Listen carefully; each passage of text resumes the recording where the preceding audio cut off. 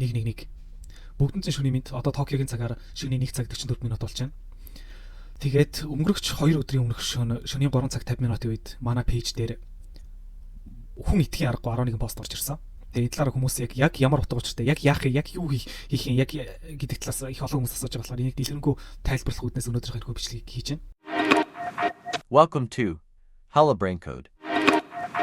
За, ерөнхийд нь энэ 11 постын талаар ярих юм бол Монголдо бид нар Японы дэлхийн хэмжээний төслүүдийг аваад ажиллаж амьдрах бүрэн боломжтой. Гэхдээ мэрэгжлийн хүмүүсийн хувьд за яг ямархуу одоо нагараа боёо, ямархуу одоо зарчимтай, ямархуу ажил хийгдэх, ямархуу туршлагатай байх зүйлүүдийг нь болохоор хараад ойлгож байгаа ч гэсэн шинээр IT-ийн чиглэлээр сурах хүсэлтэй, IT-ийн чиглэлээр одоо сурч байгаа, IT-ийн чиглэлээр ажиллаж байгаа залуучуудын хувьд за иймэрхүү цаашны одоо шугамтай, зарчимтай ингээд суралцах зүйлүүдтэй иймэрхүү зүйлүүдийг бид нар мизааш дээр гэдэг шиг өөртөө цаашдаа зорж амьдрах юм бол бидэрт бас ийм боломжууд байна гэдэг зүйлийг бүгднгийн өнөөдөр тайлбарлаад өгье гэдэг үүднээсээ өнөөдрийн бичлэгийг хийж байна. Тэгээ алийн болгоо ингээд IT гэхээр бүх зүйл нь ингээд бүх аккаунтууд нь хаалттай, бүх зүйл нь ингээд яг сүүдрийн ард байх хэрэгтэй юм бэ тий. Бүх зүйлийг ингээд илэн талангуу ярилцаад ингээд нээлттэй чөлөөтэй ингээд ил тод байдлаар бүгдээрээ ярилцаад яваад бие биендээ зааж сургаад мэдж байгаа мэдхгүйдээ хэлж өгөөд зүг буруугаа шүүлцээд ингээд явсан зүгээр болоо бүгдээрээ хамтдаа хөвчсөн илүү их дээр болоо бидэрт илүү их боломжууд гарч ирнэ олдно гэдэг талаасаа энэ хүү бичлэгэн дээр бүх зүйлийг сайхан тайлбарлаж өгөөд явъя гэж бодлоо. Цалингийн хувьд йенээр биш доллараар цалин чинь. За тэгэхээр ерөнхийдөө йений ханшны уналт энтер гэдэг эн ясуу энтер гэдэг шиг зүйл бид нар дахиж санаа зовх үнэхээр хэрэггүй болж байгаа хэрэг. За ерөнхийдөө болохоор ийм байна. За тэгээд дэлгэрэнгүй яриад бүх зүйлийг би ингээд илүү их нэг мэрэгжлийн үг томьёо ашиглахаас илүүтэй энгийн үгээр тайлбарлаад чинээр одоо IT-ийн чиглэлээр сонирхож байгаа залуучууд болон IT-гаар сурж байгаа хүмүүстэй ингээд илүү их нөгөө энгийн үгээр бүгднийг яриад тайлбарлаад олон одоо нэг IT-ийн одоо хэрэгэлдэг нэр томьёонууд байгаа тэднийг аль болох чадах чинээгээр товчсон үгнүүдийг нь тайлбарлаад дэлгэрүүлж хэлээд явъя гэж бодлоо. За хамгийн ихний ажил сервер хариуцсан ажилтан. Сервер гэж яг юу гэсэн үг юм бэ гэхээр бид нар өөрсдөө файлыг болохоор CMOD дискэн дээр хадгалдаг. Яг үндэ энэ нэг хардвар талаасаа болохоор нэг л хард дискнэр хадгалдаг. За тэгтээ софтвер талаасаа бол бид нар CMOD дискэн дээр хадгалдаг. Гэхэд вебсайтууд бидний хэрэглэдэг аппликейшнууд бүгдээрээ цааталтаа нэг том сервер, нэг том хардвер дотор хадгалагддаг. За тэгэхэд энэсхүү сервер нь болохоор өөрөө тийм супер компьютер гэдэг шиг өнөөгийн цаг үеийн хамгийн өндөр хүчин чадалтай компьютер. За тэгэхэд сервер рүү одоо чинь сервер тэгэхээр бидний амьдралыг ямар хэрэгтэй, ямар утга учиртай зүйл юу хийх юм бэ гэхээр бид нар яг аппликейшн руу нэвтэрч орлоо. За логин хийж орлоо. Бидний бүх датанууд харагддаг. Тэгэхээр тэр яг юу болж байна гэхээр өөрсдөө бид нар компьютерийн талаас нэвтрэх хүсэлтэй илгээхээ сервер болохоор нөгөө талаас за энэ бол таны мэдээлэлүүд байна гэдэг зүйлийг болохоор бид нар руу өгч дамжуулдаг гэсэн үг. Тэгэхэд ягаад одоо сервер хариуцсан ажилтан гэдэг зүйл яг хэрэгтэй байгаа юм бэ гэхээр энэ бол за сервер болохоор маш их олон дата мэдээлэлтэй ажилладаг болохоор за тэр бүхэн дээр одоо ингээд өөрчлөлт шинжилтүүд ороход болохоор маш их хэмжээний алдаанууд үүсдэг. Энэ бүгдийг нь болохоор зохицуулна. Зохицуулахаас гадна одоогийн цаг үед нэг маш нэг том чухал зүйл байдаг. Халдалт. Бид нар тэгдэг ч одоо ингээд кочин жохоо нагаш дараа даамай гээл хувийнхаа мэдээллийг алдчих юм бол болохгүй гээл хувийн мэдээллийг одоо ингээд бидний хувийн мэдээллийг авах гад одоо их олон газрууд одоо ингээд тийм dark одоо web гэдэг шиг одоо хакерууд ажиллаж идэг гэж боддог. Гэхдээ та боддоо ганц хүний компьютер дотор байгаа ганц мэдээллийг юм уу ганц хүний мэйл хаягийг авах гэж өөрсдөө цаг зав хөлс хүчээ зарцуулж исэн дээрөө эсвэл тэн дээр байгаа хард дискийг тэр чигээр нь хакертах нь илүү их ашигтай юу? Тэгж бодгоор сервер дээр ирдэг хандлт болон халталтууд аль аль нь маш их байдаг. За тэгэхэд энэ бүхний одоо цааталт одоо хаанаас лог хийгдсэн, хаанаас орж ирсэн, ямар хэмжээний одоо халталт ачааллууд үүсгэж чинь энэ бүгдийг нь хянжих хэрэгтэй байдаг. За ямар нэг тийм алдаа гэдэг шиг одоо асуудал үүсэх юм бол энэ бүхнийг одоо зохицуулах, илрүүлэх шаардлагатай байдаг. За тэгэхэд бол цаашдаа одоо ингээд сервер хариуцсан ажилтан яаж болох вэ? Одоо серверийн чиглэлээр сервер инженер хэрхэн яаж болох вэ гэх юм бол бид нар миний бодлоор Linux гэдэг програм байдаг. Үйлдвэрлэлийн систем. Тэрний үгс үг гэхээр бид нар болохоор өөрсдөө компьютер дээр Windows гэдэг үйлдвэрлэлийн системийг ашигладаг бол одоо сервер талтай ихвчлэн болохоор Linux гэдэг үйлдвэрлэлийн системийг ашигладаг. Тэгээ Linux-ийн үйлдвэрлэлийн систем дээр ажиллаад сурчих юм бол одоо сервер дээр ажиллах за сервер хариуцсан мэрэгчлэн болох бүрэн бас боломжтой. Хамгийн ихний алхам ер нь Linux-ыг сурах хэрэгтэй гэж бодож байна. Цаашдаа сервер одоо хариуцсан за серверийн чиглэлээр ажлыг IT-ийнхаа дотор серверийн чиглэлээр ажлыг хэр ирээдүйтэй гэх юм бол улам илүү серверүүдийн тоо нэмэгдэнэ. Улам илүү одоо серверүүд дээр хийгдэж байгаа функцүүд, апдейтууд, өөрчлөлтүүд нэмэгдэж явна.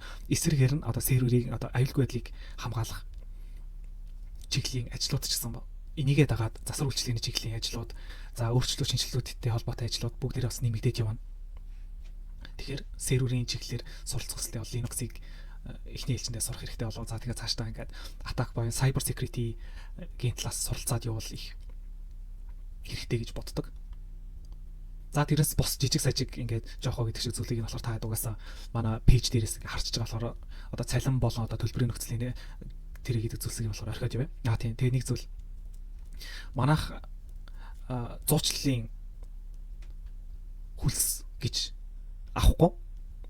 Гэхдээ та манайхаас apply хийж байгаа тохиолдолд манай Hello Brain Code вебсайт дээр та мэдээллүүдээ байршуулад apply хийхэд member-ийн төлбөртэй шүү. Тэр нь ердөө 3 сая. Та эсрэгээрээ lifetime манайхыг хэрэгжүүлж болно гэсэн. Яагаад ийм зүйл байгаа вэ гэхээр нэгдүгürt бид нар өөрсдийнхөө хийж байгаа ажлын хүс хөдөлмөрийг бодоод цаг хугацаа зарцуулж байгаа цаг хугацаагаа бодохоор яалтчгүй ингээд энийг үнцэнтэй байлгах зүйлээс үүднээс ийм шийдвэр төрсэн. За мөн ингээд та бүхний мэдчихэж байгаачлан за яри тори хийх за нэг тори хийх саки тэгээ яри тори хийх за тэгээ минь сэцүүний цаг бэлдэх инээ тэрэг одоо зүйлүүдийг бас ингээд бэлтгэхэд бас нэлээд адилхан ингээд цаг хугацаа зарцуулдаг болохоор ингээд аль аль талтаа ингээд өөрсдөө хийж байгаа ажлыг үнцэнтэй байлгах үүднээс жижигхэн хэмжээний юм хураамж байгаа. Тэрнээс бос зүйл төлбөргүй. Үргэлжлүүлээд Python programmist гэдэг. За Python гэдэг нь болохоор яадаг програмчлалын хэл вэ гэхээр яг миний бодлоор болохоор JavaScript-ийг яг нөгөөдөл гэж боддог. Python дээр ер нь автоматжуулалтын ажил, за web application, за хөгжүүлэлт ер нь их олон зүйлийг болохоор Python дээр бид нар search ирсэн хийж байгаа цаашдаа хийх болно. Ягаад гэвэл Python-гийн хөгжүүлэлт бол одоо ч гэсэндээ цаашдаа үргэлжилж байгаа. Тэгээ Python дээр болохоор ерөнхийдөө нэг үндсэн ашигладаг олон одоо framework-ууд байдаг. Тэрнээс одоо Django Flash-ыг ашиглах нь. Тэгээ энэ одоо framework-ууд гэдэг зүйл нь яг юу юм бэ гэж. Framework гэдэг нь болохоор бид нар зүгээр дан ганц Python дээр код яг үндэ бичдэггүй. Бид нар ямар нэг тийм өөрсдөө амар болох үүднээс энэ бүх зүйлийг ингээ байнга хийдэг үйлдэлүүдийг бид нар автоматжуулаад энгийн болгоод ганцхан одоо мөр кодоор өмнө нь болохоор зөвхөн ингээ Python дээр бичдэг байсан кодуудыг илүү их амар болох үүднээс аль болох өөрсдөө амар болохын тулд шин одоо жижиг төлөвлөгөөийг гаргаж ирсэн. За тэдгээрийн нэг нь болохоор тэдгэрийг болохоор ерөнхийдөө framework гэж нэрлэдэг. За тэгээ энэчнээс Django Flash-ыг ашиглах хэрэгтэй байна. За тэгээд энэ дээр бас нэг зүйлүүд нь болохоор API гэдэг. API гэж яг юу юм бэ гэдэг. За API гэдэг нь application programming interface гэсэн үгийн төвчл гэдэг. Миний мэдж байгаагаар. Тэр нь яг юу вэ гэхээр энгийн үгээр ярих юм бол өмнө би хэлсэн нэг талдаа сервер ажилладаг, нөгөө талдаа бидний компьютер байдаг. Энэ хоёрын хооронд дата мэдээллийг дамжуулахын тулд API-г ашигладаг. Бүр энгийн үгээр ярих юм бол API гэдэг одоо ресторанд бол зөөгчийн үр гүйцэтгэдэг гэсэн үг. Нэг талаасаа ингээд үйлчлүүлэгчийн хүсэж байгаа зүйлийг тогооч дамжуулж өгнө. Тэгээд тогоочийн энэ хоол гарахгүй гэдэг мэдээллийг болон одоо үйлчлүүлэгч ийм хүсэлтэй байна гэдэг зүйлийг зөөгч дамжуулж өгнө. За тэгээд үйлчлүүлэгч за тэгвэл энэ хоолыг захиалъя гэх юм бол захиалгыг дамжуулж өгнө. Нөгөө талаас тогоочоос гарч ирж байгаа хоолыг хэрэглэгч рүү хүргэж өгдөг зөөгчийн хүргэдэг гэсэн үг. За тэгээд Python-гийн хувьд болохоор хөгжүүлэлт бол цаашдаа чигдэж байгаа Python-гийн хэрэгцээ шаардлага улам л нэмэгдэнүүхээс ерөөсөө багасахгүй. Тэгж бодохоор ер нь Python сурах за програмчлалын хэлүүдийн хувьд JavaScript эсвэл Python-ыг сурцсан байхад хүн бас ер нь алцахгүй дээ. Тэгээ энэ дээр болохоор нэг DB management гэдэг нэг төвчлөлтөд амар их орж ирдэг. Тэр DB гэдэг нь болохоор database management буюу өгөгдлийн сантай хэрхэн яаж харьцах вэ? Өгөгдлийн сангаас датануудыг хэрхэн яаж маш уртаа хугацаанд шүүж гаргаж ирэх вэ? Илүү уян хатан болох вэ гэдэг зүйлсийг болохоор DB management буюу database management гэж хэрэгэлдэг. За API-г хэлсэн. Окей, ингээд 3 дугаар. Хамгийн гоё зүйл. Кибер аюулгүй байдлын инженер. Кибер аюулгүй байдал гэж ярихаар энэ бүр амар том сэдв. Гэхдээ кибер аюулгүй байдал дээр одоо энэчнээс харах юм бол penetration test би энэ дээр нэг буруучсан байх шиг байна. Энэ дээр нь гэхдээ зөв бичсэн байна. Penetration test гэдэг. Penetration test гэдэг нь болохоор яг энэ дээр бичсэн байгаа шиг одоо системийн сул талыг шалгах хамгаалтын тактик боловсруулна. Гэхдээ энэ юу гэсэн үг вэ гэхээр мэдээч нөгөө халталтын нэвтэрч орно. Гэхдээ энэ болохоор ethical hacking гэдэг зүйл. Бид нар хулгайлахын тулд биш хамгаалахын тулд хакертна гэсэн үг. Ямар нэг одоо нэг тухайн системд ямар сул тал байна. Тэднийг бүгднийг эхлээд хакерт өртүүлэхийн тулд өөрсдөө энийг хамгаалахын тулд тест хийж үздэг. Тэгээ энийг болохоор penetration test гэдэг. За хэрхэн яаж одоо кибер аюулгүй байдлын инженер болох вэ гэдэг. Тэгэхэд хэрэглэх одоо софтвер гэдэг үйлдвэрлэлийн системийн хувьд болохоор Kali Linux гэдэг үйлдвэрлэлийн систем байдаг. Энэ үйлдвэрлэлийн системийг сурцсан хэрэгэлдэг, энийг ашигладаг байхад, за тэгээ энийг функцүүд дээр ажилладаг байхад бас кибер аюулгүй байдлын онлайн мэдлгүүдийг бол олоод авчна. Яагаад энэ Kali Linux гэж яг юу юм бэ гэхээр анх Kali Linux гэдэг үйлдвэрлэлийн систем үүсгэхээс өмнө хакерууд өөрөө өөрсдийн гэсэн програмыг ашигладаг, өөрөө өөрсдийн бичсэн кодуудын сантай тэнцэнээсээ хакерын буюу нэвтрэх, халдах үйл ажиллагааг явуулдаг байхдаа хадах сүлт нь ингэж их олон кодууд, ингэж их олон програмууд байх юм бол бүгднийг нийлүүлээд нэг үйлдэл. Тэгээд яадаг вэ? Windows дээр тэр ингээд үйлдвэрлэлийн системүүдээ ингээд ашиглах гэхээр Windows заримдаа тэднийг deny хийдэг. Үйл ажиллагаа явуулах одоо зөвшөөрлийг нөгдөггүй. Тэгэхээр заавалчгүй ингээд Windows дээрээ ингээд өөрсдийнхөө access-ыг бий болгож жагаад тэднийхээ үндсэн дээр ингээд код програмууд ажиллуулад халталт хийжсэний оронд өөрсдийнхөө үйлдвэрлэлийн систем болчих гээд анх Kali Linux гэдэг үйлдвэрлэлийн систем гарч ирсэн. Миний хувьд хэрхэн яаж Kali Linux-тай танилцчихсан бэ гэхээр YouTube-с анх бичлэг үзэж хагаад хажуулынхаа Wi-Fi-ийн кодыг Kali Linux-аар хакертаж ороод тэгээд тэдний кодыг аваад манах гэрээрээ хамгийн анх Wi-Fi-тай болж исэн. Анх тэрнээс өмнө G-Mobile-ийн Wi-Fi нэг модем ашигладаг гэж байгаа. Тэгээд дараа нь болохоор Univision-ийн Wi-Fi руу хажуулынхаасаа ордог байжгаад тэгээ манах гэрээрээ ер нь Wi-Fi-тай байх хэрэгтэй юм байна гэж үндсэн дээр манах анх Wi-Fi-тай болдог. Univision-ийн Wi-Fi-тай болсон байт юм. Тэгэхээр Kali Linux миний хувьд бас хөрхөн үүрэг гүйцэтгэсэн байдаг. Гэхдээ одоо болохоор ингээд кибер аюулгүй байдлын хувьд болохоор хүмүүс одоо яг ингээд анхлан сурчиж байгаа хүүхдүүд ямар ч хамаагүй ингээд вебсайтууд руу өөрсдөө ингээд яг ингээд хитэн алгоритм мэддэг болсон, хитэн кодууд мэддэг болсон. За тэгээ өөрсдөө тэр кодны дата сантай болчоороо бүх зүйлийг ингээд тестэлж үзчихгээд байдаг. Үгүй тэгж болохгүй. Яагаад гэвэл сервер дээр бидний лог файл үлддэг. Хаанаас яаж хандлт орж ирсэн байна? Халталт орж ирсэн байна. Бүгдээрээ хадгалагдаж үлддэг. Тийм болохоор одоо нөгөө талаасаа за сервер болон нэг кибер аюулгүй байдлын Монголд бас хууль байдаг. Энэ бүх одоо тэгээд зүйлүүдийг мэдхгүйгээр ингэж хамаагүй ингээд каттены ингээд бүх зүйлийг ингээд тестлээд угаасаа сул талтай. Бүх вебсайтууд сул талтай. Ялангуяа одоо дөнгөж одоо хэрэгжилж эхэлж байгаа нөгөө MVP буюу одоо minimal viable version гэсэн одоо нэг хамгийн анхны одоо жижиг вебсайтуудаа ингээ хийж байгаа газрууд, анхны нэг вебсайттай болж байгаа газрууд бүгдээрээ сул талтай. Тэгтээ тэгээд эдрийг сул талтай байлаа гэд бүгд нь л ингээл халтаж ороод тестэлж үзэл би чадчих юм чадахгүй нөө гэдгийг ингээд нэг хүний ингээд нэг ажил амьдрал явж байгаа зүйл дээр нэг байгууллагын үйл ажиллагаа явж байгаа зүйл лөө заавалч одоо нэг тэгж халтаж ороод байж бас болохгүй. Тийм болохоор одоо манайх бас кибер аюулгүй байдлынхаа хичээл дээр хамгийн ихний ээлжинд болохоор хуулийн залтуудыг эхлээд орох хэрэгтэй гэж шийдсэн. Тэгэхээр энэчнээс ингээд харж байгаад яг тэрэн дээр үндэслээд би яг яаж болох вэ? Одоо чинь ингээд IT болон за ингээд кибер аюулгүй байдлын ингээд мэдлэгтэй болчихно гэдэг ингээд бүх одоо хүсвэр хүч чадал чамд бай. Тэглээгээд тэрийг ингээд дураараа ашиглах тийм боломжтой гэсэн үг бас биш. Нөгөө нэг спортоор хичээлдэг хүн булчинтай болоод ингээд за эсвэл нэг юм тулааны урлагийн ингээд мастер болчлоо гэдэг. Тэг хүн болгонтой тулдаж болно гэсэн үг бас биш шүү дээ, тийм. Яг л тэрнтэй адилхан зүйл.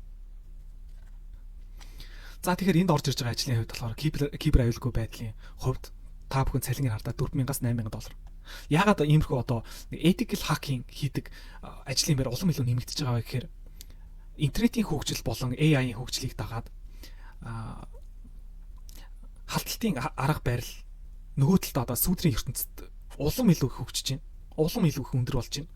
Тэрнээс ингээ хамгаалж чаддаг мэрэгчлэлтний одоо ур чадвар болон үнэлгээ бол тэрнийгээ дагаад бас өндөрсөж байна, нэмэгдэж байна, ажлын байран ч гэсэн нэмэгдэж байна. Өмнө нь болохоор юм кибер аюулгүй байдал гэдэг зүйл тэгж их хэмжээнд одоо хүмүүсийн хувьд яригддаг байгаагүй. Ингэж их олон одоо нэг сургалт хөгжлийг хэрхэн яаж дээшлэх үү гэж ерөөсөө ингэж явдаггүй, яригддаггүй байсан. Тэгэхэд одоо энэ зүйл болохоор нэмэгдэж байна. Ягаад гэхээр ажлын байр нь өөрөө нэмэгдэж байна. Ур чадвартай хүн хэрэгтэй болж байна. За тэгээд энэ ажлын зар 3 байлаа. Welcome to Halabrain Code. Ажлын зар 4 data scientist буюу big data дээр ажилладаг хүн. Их хэмжээний өгдөл дээр ажиллаж чадж, фильтрлэж, шүүлтүр хийж хамгийн ашигтай оновчтой сонголтуудыг хийж чадах хүн. Яагаад ийм хүн байх, ийм мэрэгчлэн байх хэрэгтэй гэх юм бол яг үндэ одоо бид нар хэрэглэж байгаа бүх ил үйлдвэрлэлийн систем, за одоо бүх ил нэг веб аппликейшн бүгдээрээ бидний датаг хурааж байгаа. Яагаад дата хурааж байгаа гэхээр дараагийн алхмыг тооцоолоход болдог. Жишээ нь одоо нэг ингэдэг штэ. амар энгийн нэг жишээ нь хүн одоо нэг за жирэмсний үед хэрэглэх зүйлс хайж явах юм бол энэ хүн 10 сарын дараа хүүхдийн хувцас боёо хүүхдэд хэрэгтэй зүйлсийг хайх 100% магадaltaй гэж гарч ирдэг. Тийм болохоор тэр хүнд бид нар илүү их одоо хүүхдтэй холбоотой бараа бүтээгдэхүүнийг эртнээс сурталчилж байх юм бол хүүхэд бол өөрөө маш том хэрэглэгч. Хамгийн их мөнгөний урсгалыг хүүхэд өөр авдаг. Тийм болохоор энэ зүйлийг урьдчилан таамаглах боёо энэ хүн ийм үйлдэл гаргаж байгаа дараагийн үйлдэл нь ийм байна да гэдэг зүйлийг датануудаас хараад бид нар гарч хэрэглэж чадна гэсэн үг. Тэгэхээр энэ бол бизнес ертөнцид маш том ашиг тусыг үн цэнийг авчирна. Тэгээ нөгөө талаасаа нөгөө Black Mirror дээр гардаг шиг ерөнхийдөө одоо айцтай зүйлх юм бол бид руугаас одоо өөрсдийнхөө датаг бүх газар алдчихж байгаагаас хойш одоо хувь тавилантайгаа эвлэрхийлэх хэрэгтэй юм болоо да. За энэ дээр гарч иж байгаа нэг хит хитэн үг байгаа. AWS, GCP, Azure гэдэг. A гэдэг нь Amazon-ийнх. Amazon-ы веб сервер. Тэр юу гэсэн үг гэхээр Amazon бидэрт зөвхөн бараа зархаас гадна өөрсдийн нөгөө нэг веб үйлчлэгийг бас үзүүлдэг. Тэр үйлчлэгийг бас зардаг. G гэдэг нь болохоор Google Cloud гэсэн үгийн төвчл. Боёо Google болохоор бас адилхан cloud систем дээр явуулах үйл ажиллагаа бид нар зардаг. Azure гэдэг нь болохоор Windows-ийнх биш. Microsoft-ийнх. За энэ гурван cloud орчин дээр боёо ингээд ер нь тийм cloud орчин гэж яг юу яриад байгаа юм бэ гэхээр бид нар одоо нэг веб өөрсдөө файлыг хоёр төрлөөр хадгалж болдог болсон шүү дээ. Эхнийх нь болохоор өөрсдөө ингээд hardware дээр CD дискэн дээр өөрийнхөө файлыг хадгална. Эсвэл нэг cloud орчин дээр заа нэг Google Drive гэдэг дээр шууд датагаа хадгалдаг. За тэгэхэд энэ датанууд нь болохоор энэ гурван сервер дээр хөвчлэн байдаг. Тэгэд байгаа энэ гурвыг ашиглаж чаддаг ур чадвартай байхад л болчих жинэ гэсэн үг. За тэгээ үргэлжлүүлэх шаардлагууд гэдэг дээр болохоор түрүүний Python орж ирж байна. За тэгээд ажлын зар 5 full stack хөгжүүлэгч хамгийн гоё ажил. За full stack-ийн хувьд болохоор front end, back end гэдэг ерөнхийдөө хоёр зүйл үүдэг. Front end гэж яг юу гэдэг юм. За ерөнхийдөө нэг full stack гэдэг үг нь яг юу гэсэн үг вэ? Бүх зүйлийг давхарлана гэсэн үг. Тэгээд бүх зүйлийг давхарлана гэдэг нь болохоор яг ингээд бүтэн вебсайтыг хийж чаддаг хүнийг болохоор full stack developer буюу хөгжүүлэгч гэсэн үг. Тэг яагаад full stack гэсэн үг одоо гараад ирчдэг юм бэ гэдэг. Тэр нь тэгэхээр чинь front end, back end хоёрыг холбож чаддаг хүнийг full stack developer гэдэг. Front end гэж яг юу юм бэ гэхээр бидний одоо ингээ хэрэглэгчийн зүгээс нь харж байгаа вебсайт тэр чигээр front end-ийн хөгжүүлэлт нэр явдаг. Яаж энэ загвар дизайныг гаргах уу? Яаж одоо үг үсгийнхаа фонтыг өөрчлөх үү? За ямар веб хуудастай байх уу? Эднийг front end нь шийддэг. Back end гэдэг нь аль талаас дата мэдээллийг дуудсан үед хаанаас датануудыг нь явуулаад аль датануудыг бид нар ингэж хадгалж хураах юм бэ гэдэг зүйлийг шийддэг нь болохоор back end. За тэгээ үргэлжлүүлээд энэ хоёрыг хоёулангийн цогцлооч хийж чаддаг хүн болох юм бол одоо full stack developer гэдэг. Full stack developer-ийн хувьд цалин ялч тохиолдолд back end болон front end-ийг ганцаар нь хийдэг мэргэжилтүүдээс өндөр байдаг.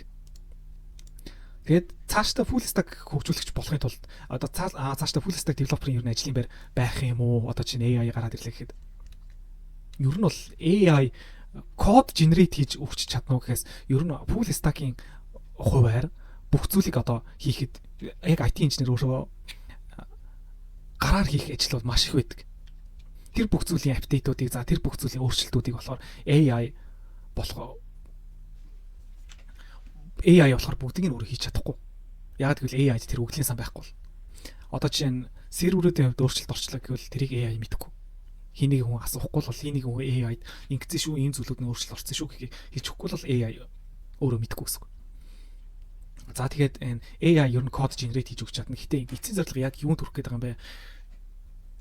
Бидний нэг хоёрын personal choice гэдэг шиг хувь хүний одоо сонголт үзэмж тэр зүйлүүдийг тэгж одоо нэг тийм чөлөөтэй өөрөө ингээд хийж мэдэрч чадахгүй болохоор яг генерate хийсэн кодууд яг ямар утгаартай кодууд юм бэ?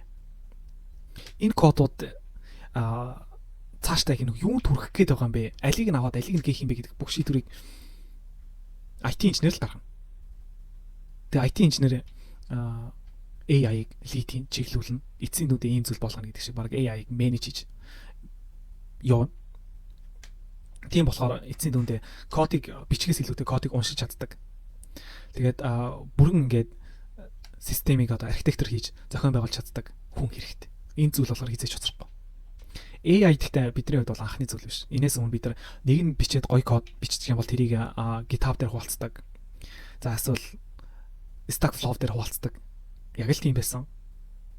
Тэгээд AI-г бид нар өөрсдийнхөө ажлыг амар хялбар болгохын тулд гаргаж ирж байгаас биш. Өөрсдийнхөө ажлыг алахын тулд гаргаж ирж байгаа зүйл биш.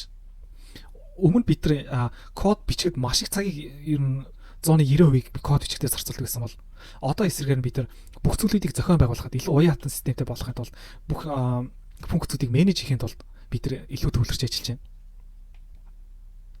За тэгээд фреймворкууд байна. За тэгээд фреймворкуудын хувьд одоо боёо нөгөө өмнө хэлжсэн бидний ашигладаг юм түүлсүүд байна тийм. Тэгээд түүлсүүдийн хувьд React за тэгээд Angular гэх мэт одоо фреймворкууд байна. Гэхдээ эдрийг ингээд энэ дээр орхичиж. Гэхдээ энэ дээрээс арт талд харахад бүгд JS гэсэн өргөтгөлтэй. JS гэсэн өргөтгөл нь яг юу гэсэн үг вэ гэхээр JavaScript гэсэн өргөтгөл. Ерөнхийдөө гарал угсаа нь JavaScript-ийг мэддэг хүн JavaScript-ийг хэрхэн яаж ашиглаж болох вэ гэдэг талаас улам илүү оновчтой болоод ингэж олон төрлийн фреймворкууд гараад ирсэн. За backend болон API хөгжүүлэлтийн хувьд болохоор Node.js, Python, Ruby ашиглана. За тэгээ өгдлийн сангийн хувьд болохоор database Mongo database гэж байдаг бас SQL гэдэг. SQL гэдэг нь мөн адилхан database. За тэгээд өмнө тэгээд PostgreSQL гэх мэт энэ гурлаа ингээд database. За тэгээ cloud бүтц гэдэг нь өмнө миний хэлсэн Amazon-их, Google-их, Azure гэсэн гурван төрлийн орчинд ажиллана гэсэн үг.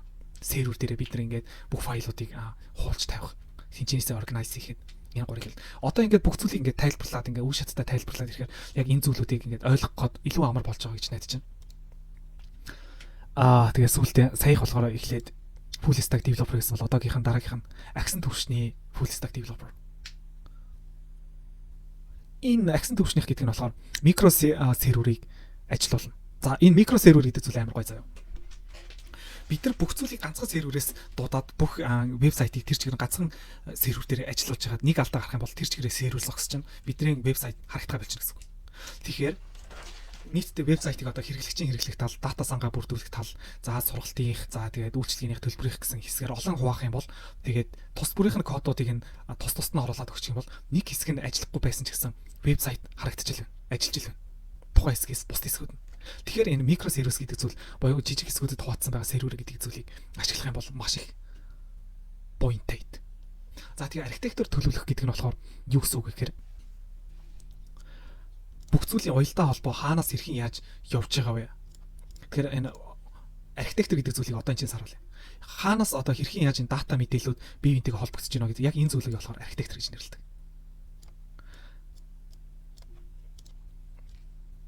За тэгээд Docker, Kubernetes ашиглан cloud орчинд систем байгуулах. За, Docker, Kubernetes ер нь амар энгийн үгээр бол энэ ус онгоц. Энэ яадаг ус онгоц вэ гэхээр ус онгоц нь бүгд өөр өөрсдөө гэсэн чингэлэгтэй. Чингэлэг тус бүр дээр дата мэдээллийг боيو бид нар өөрсдөө кодыг хувагаад өгчих юм бол нэг том код чирч явж ирснээс олон жижиг хэсгүүдэд хувагаад оруулсан гэсэн. Хамаагүй амар. Аюул багтай, эрсдэл багтай, алдаа багтай. Ачаалахад хүртэл одоо нэг серверээс одоо нааша татаж ачаалахад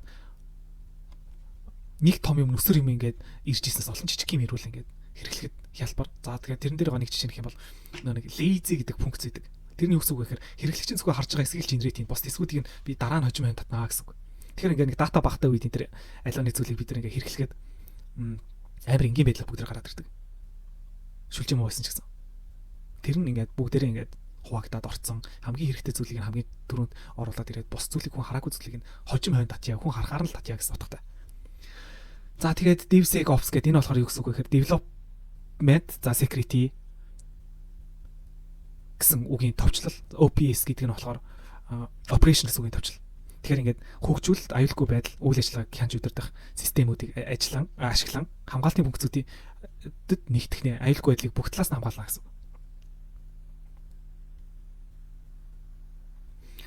За тэгэхээр cloud системийн талаар ихээр за түрүүний ярьсан. Би нөгөө монголоор үүлэн технологи гэдэг шин. Үүлэн гэхээс илүүтэй ингээд за онлайн орчинд бид нар одоо Google Drive шиг орчинд ажиллах ажиллаж исэн туршлагатай буюу жоох мэдлэгтэй ерөнхийдөө нэг иймэрхүү функцүүд ингэж иймэрхүү нагаараа буюу иймэрхүү одоо уялдаа холбоор ажилладаг гэдэг зүйлийг мэддэг байх хэрэгтэй гэсэн. За тэгэн дээр AI ашигласан веб аппликейшн хөгжүүлэх. Тэр яг үндэ юу гэсэн үг вэ гэхээр гараар код бичснээс илүү AI-аар код генерейт хийгдэж гарч ирнэ. Тэглээгээд AI бичиж байгаа гэсэн үг. Мөн ч гэлээ энэ бүх зүйлийг хооронд нь удирдах байгаа хүн нь full stack developer л юм. Яс ол юм бэ. За өргөжлүүлээд 7. За 7 нь болохоор стартап зориулсан full stack хөгжүүлэгч гэдэг. Энэ дээр нэг шинэ үг гарч ирнэ. Тэр нь болохоор ингээд MVP гэдэг нь minimum viable product. Энийг ингийн үгээр тайлбарлая. За би нэг дуудлагын хоолны веб аппликейшн хийлгэж бодъё л доо. Тэгвэл эхний ээлжинд би надад юу хэрэгтэй вэ гэхээр миний аппликейшн дээр map гарч ирэх хэрэгтэй, location map гарч ирэх хэрэгтэй, хоол гарч ирэх хэрэгтэй, жолооч гарч ирэх хэрэгтэй, үйлчлүүлэгч гарч ирэх хэрэгтэй. Энэ зүрхэн зүйлийг би хамгийн ихэнд холбоо тавьчихна гэсэн үг. За дараа нөгөө нэг хямдрал, хоолны сонголт, төрөл зүйл, купон гэсэн зүйлүүд идэх штеп. Тэд нар болохоор дараагийн ээлжинд гэсэн үг. Эхний ээлжинд болохоор MVP зарчмаар аливаа нэг вебсайтууд бол хийгддэг. Үндсэн гол зүйлүүдийг бүгднийг холбоно. Энэ зүйлүүд болох юм бол жижигэн зүйлүүдийн гоё ингээд жимхлэр зүйлүүд юм одоо бонус өгнө, купон өгнө, хямдрал өгнө, урамшуул өгнө, сурталчилгаанууд гарч ирнэ те. Энэ бүх зүйлийг болохоор дараагийн ээлжинд хийдэг. Тийм болохоор эхний ээлжинд болохоор MVP зарчим анхны одоо код генерейт хийж байгаа эхний вебсайт хийж байгаад бол хамгийн чухал зүйл. За тэгээ өргөжлүүлээд test driven developer гэхээр за мэдээж тест drive гэхэр чинь тест хийнэ, өөрсдөө энийгээ тестлж үзнэ гэсэн үг. Тестлж хийх тусгай бас орчин байгаа. Үргэлжлүүлээ CI/CD гэдэг нь болохоор үргэлжлүүлсэн continuous integration, continuous development юм. Энд юу гэсэн үг вэ гэхээр continuous integration гэдэг нь өөрийнхөө вебсайт хийлгэх юм бол би веб аппликейшн хийлгэх юм бол тэрийг Google-тэй холбоно, Facebook-тэй холбоно. Боёо Facebook-ээс одоо шууд хүн миний веб аппликейшн руу шууд өөрийнхөө нэг аккаунтаар ороод ирж болно гэсэн. Ийм төрхүү зүйлүүдийн интеграшн хийхийг болохоор continuous integration гэдэг. Энэ зүйлүүд илүү их амар байх тусмаа одоо бидэрт нэг юунууд илүү их нэг японоор нэг Toroku гэдэг шиг ичиж ингээл өөрсдөө бүх ингээл код жоохоо оруулаад авах хэрэггүй зөв шууд ингээ автоматаас татагдана. Японд нэг сонин зүйл заяа. Тэр нь амар дампуу. Ерөн дампуу. Заавалчгүй ингээд нэг веб аппликейшн заавалчгүй бүх өөрийнхөө мэдээлэл код жоохоо ичиж бүгднийг оруулна. Яагаад гэвэл Японы хийсэн зүйлийг Google зөвшөөрдөг.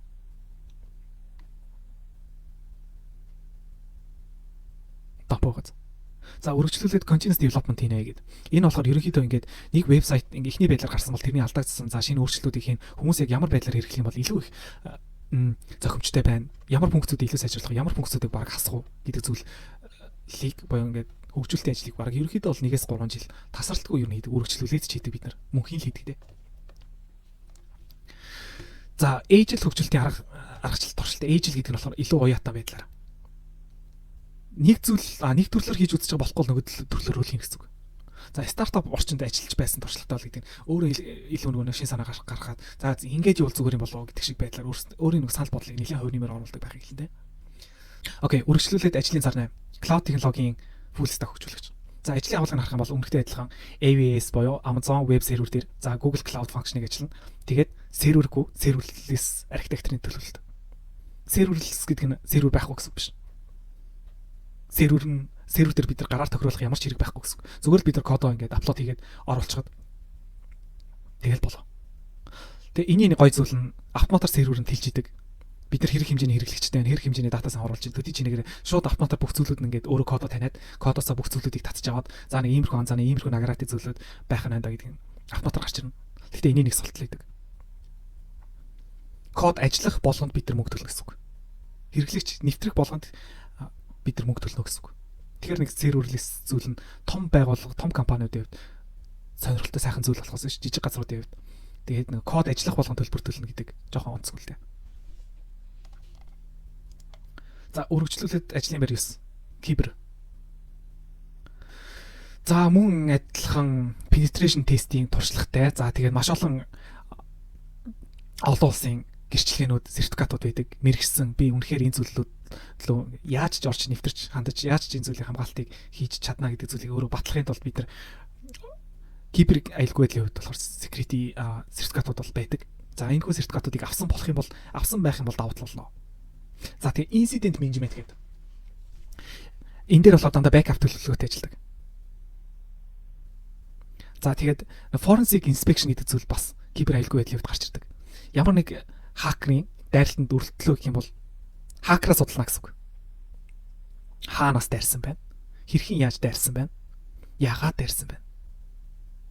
Бүгдийг судалдаг. За тэгээ incident management гэдэг нь болохоор ослын үеийн менежмент ямар нэг зүйл болох юм бол backup дахин ч нэг сервертэй ажиллана. За тэгээд яг ингээд атак дайрагтаад ирэх юм бол угаасаа хандчихгүй. Гинт ингээд хэрэглэгчдийн тоо юм уу одоо хэрэглэж байгаа итгэдэг хүмүүсийн тоо огцом нэг газараас нэмэгдээд ирчихдэг. Тэр бүх зүйлийг шалгана гэсэн үг. За өмнө ярьсан penetration test гэхээр ethical hacking хийж байсан туршлагатай. Ethical hacking хийхэд бол эхлээд тухайн газраас зөвшөөрөл авдаг байгаа шүү. Дахиад үргэлжлүүлээд кибер аюулгүй байдлын инженер. За өмнө ярьсан incident analysis. За threat intelligence буюу занал хийллийн датануудыг цуглуулна. Бид нэр хакераа судална гэсэн үг. За тэгээ log analysis буюу сервер дээр угаасаа хаанаас ч хүн орсон лог нь үлддэг. Буюу IP хийг нь үлддэг.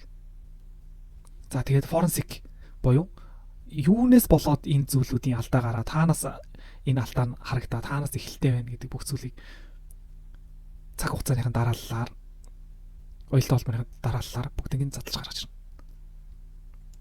Окей. За ажлын зар 11-ийн тухайд мөн адилхан penetration test буюу хакер ажил авна гэсэн үг. Нэр нь болохоор penetration tester ажил авна гэж оруулж яг үндэ энэ ажил дээр юу ажил хэнийг ажил авах вэ гэхээр хакерыг ажил авна гэсэн үг. За тэгээ өмнө бид нар болохоор энэ ажлын агуулгын талаар ярьсан болохоор энэ удаа бүгд сертификатуудын талаар ярья. За эхнийх нь болохоор OSCP буюу Offensive Security Certified Professional гэсэн үгийг тавьчлаадаг. Тэгээ энэ яадаг вэ гэхээр 24 цагийн хугацаанд 5 сервер хакертаад 5 серверээ хакертаад root файлыг нь буюу их үндсэн гол файлыг нь авч чадах юм бол энэ тестийг амжилттай өглөө гэсэн үг. Эсрэгээр нь GPN гэдэг нь болохоор хакертахгүй онлайн шалгалт бичгээр шалгалт өгдөг. Тэгээд энэ болохоор 82 асуулттай 3 цагийн хугацаанд. За CPT гэдэг нь болохоор Certified Penetration Tester гэсэн үгийг тавьчихлаа. Буюу penetration tester гэж болохын тулд бас penetration testing шалгалт өгнө. Өөрөөр хэлбэл бид нар мэргэжлийн хакер болно гэсэн үг. За тэгээ энэ дээр ер нь нэг гой зүйл нь болохоор нөгөө хоёр тест нэг нь болохоор зөвхөн ингээд 100% практик, нэг нь болохоор 100% онлайн шалгалт байдаг. Тэгээ энэ хоёрыг харьцуулах юм бол penetration tester-ийн шалгалт арай амархан. Хэрнээ онлайнаар өгч болно. За тэгээд онлайн болон практикийн хоёр мэдлэгтэй. За тэгээд вирус суулгаж үзнэ. За тэгээд трожан ашиглана гэх мэт. Тэгэхээр хамгийн ихний ээлжинд одоо ингэ penetration tester болё гэсэн болохоор энэ тестийг өгөх юм бол их амархан. За тэгээ хэрхэн яаж одоо энэ дээр аппликейшн явуулах вэ гэдэг. За ингээд энэ түрээд манай өнөөдрийн тайлбар ажлуудын тайлбар дуусч байна. Тэгээ өргөжлүүлээд хэрхэн яаж бүгд apply хийх вэ гэдэг. Apply хийхин тулд манай вебсайт руу орно. За тэгээд хамгийн их та бүхний харж байгаа арчлан ингээд version 2.05 гэж байна. Энэ 2.05 гэдэг нь яг юу гэсэн үг вэ гэхээр хамгийн ихнийх нь тэгээд ерөөдөө бид ингээд iOS үлдсэн систем дээр ч гэсэн ингээд баахан тоонод байхдаа хвчлэн ингээд 3 тоо бидэг шүү дээ. Энэ 3 тоо яг ямар утгатай гэвэл хамгийн ихнийх нь болохоор major update орсныг илэрхийлдэг. Дундлынх нь тоо нь болохоор minor update орсныг илэрхийлдэг. За major update гэдэг нь юу гэхээр энэ тэр чигээрээ энэ вебсайт солигдсон шүү, өөрчлөгдсөн гэдэг major update илэрхийлнэ. Minor update гэдэг нь болохоор жижиг функцүүд орж ирсэн шинэ одоо шинэ нэг section орж ирсэн, section-ууд өөрчлөгдсөн тэрийг илэрхийлнэ. 5 гэдэг нь болохоор хамгийн сүүлийн тоо нь болохоор debug янзлсан. Ямар нэг жижиг асуултлууд тоглолт гарч ирсэн бол тэднийг янзлсан гэсэн утгатай. Тэгээд бүгдээрээ манай ажлын байр руу ороод ажлын байрны хэсэг дээр болохоор Python developer гэдэг за ингэ байж байна. За тэгээ web detail гэдэг харах юм бол зурагтаа ороод ирнэ.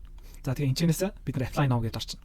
Apply now гэж гараад өөрсдөө Facebook-ийн линкийг тавиад за 75,000 төгрөгийг манай данслуу тушаасан гэдэг та тушаасныхаа дараа конфирм дараарай. Тэгээ өөрийнхөө cover letter дээр ер нь өөрийнхөө нэг товч танилцуулгыг оруулаад тэгээд redirection буюу өөрийнхөө CV-г та choose file гэсэн хэсгээс сонгоод та submit хийгээд дараарай. Тэгэх юм бол бид нар admin panel-аас таны явуулсан материалыг шалгаж үзээ. Та үнэхээр энэ ажлын байранд болж байна болохгүй байна. Эсвэл та энэ зүйлүүдээ нэг жоохон засаад үзье. Илүү их нөө энэ ажлын байрны холбоотой дэлгэрэнгүй мэдээллийг бол та submit хийж дарсны дараа бид нар танд өгнө. Нарийн ширийн жижиг сажиг зүйлсүүдийг, деталь зүйлсүүдийг бидэрт маш их ярилцах зүйл байна. Яагаад энэ ажлын байр ингээ хүн авах гэдэг вэ? Яагаад зов Монгол хүн авах гэдэг вэ, тийм? Маш их тийм ярилцах зүйл байгаа болохоор аль алилаа цаг зав боломж болцоо, dedication буюу үнцэнтэй байдлаа хадгалах үүднээс та submit хийснийхаа дараа цаашдаа холбогдох боломжтой. Та нэг submit хийх юм бол дараагийн өөр бусд орж ирэх ажлын байр хөдлөө ч гэсэн та материалаа үн төлбөргүй илгээх lifetime эрэхтэй болно гэсэн үг. Тэгээ баярлалаа. Welcome to Hala Brain Code.